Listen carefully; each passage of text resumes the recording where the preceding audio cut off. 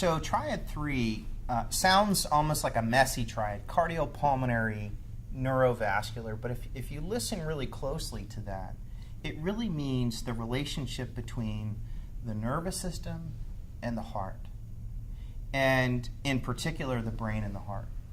And we know that there's a direct relationship between those two organs in ways that are new and exciting. And even when you do just a search online of this new area called neurocardiology, it really describes how mood and memory and brain function in general is tightly tied to the health of our heart. And there's this kind of old adage of what's good for the heart is good for the brain and vice versa, and that's absolutely true. What's interesting is that one of the core communication relationships or signals between the brain and the heart has to do with our breathing patterns, and in fact how calm we are. So there's this notion of what's called coherence, that when there's electrical synchrony between the brain and the heart, mediated by breathing, mediated by staying calm in the world and having good presence and a sense of purpose in life, there's harmony between how we think and feel and how strong and resilient our cardiovascular function is. We never knew this before, but at some point recently, psychiatrists and neurologists bumped into cardiologists, and they realized that they were talking a very similar language. And so sort of as the heart goes, so does the brain. So cardiopulmonary neurovascular is this very elegant network or set of relationships between these two vital organ systems. Yeah, and to further that, for me, when I hear cardiopulmonary neurovascular, because I deal so much with folks, athletes, working on programs, as well as seeing the average person coming into our clinics, the more stressed out we get, Triad 1, the more sympathetic tone we're under, the more cortisol we release, the more insulin resistant we are, the more adrenaline we release, we lose that vagal tone.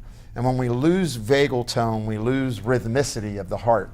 And now we can't breathe deep, and we can't oxygenate, and we create more lactate in our body. And it's so important to realize that, you hear cardio and right away you think, oh, it's all about cholesterol, right? It's like, oh, it's all about my lipids.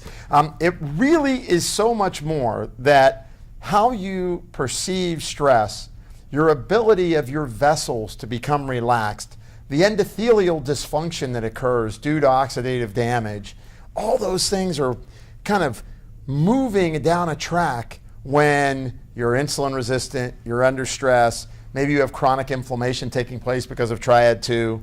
And then you map on top of that the fact that this stress is beginning to alter that brain-heart rhythm connection.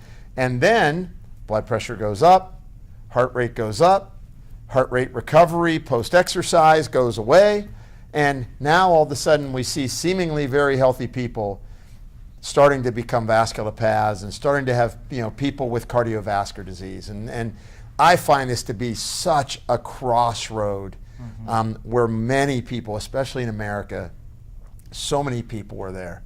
Their heart rates are too high, their blood pressures are borderline, their heart rate goes up quick when they exercise. And in addition to that, a lot of what you had to say, their mood is incredibly, troubled. And so for me, Triad 3 is just a incredible opportunity to delve into where is the person going.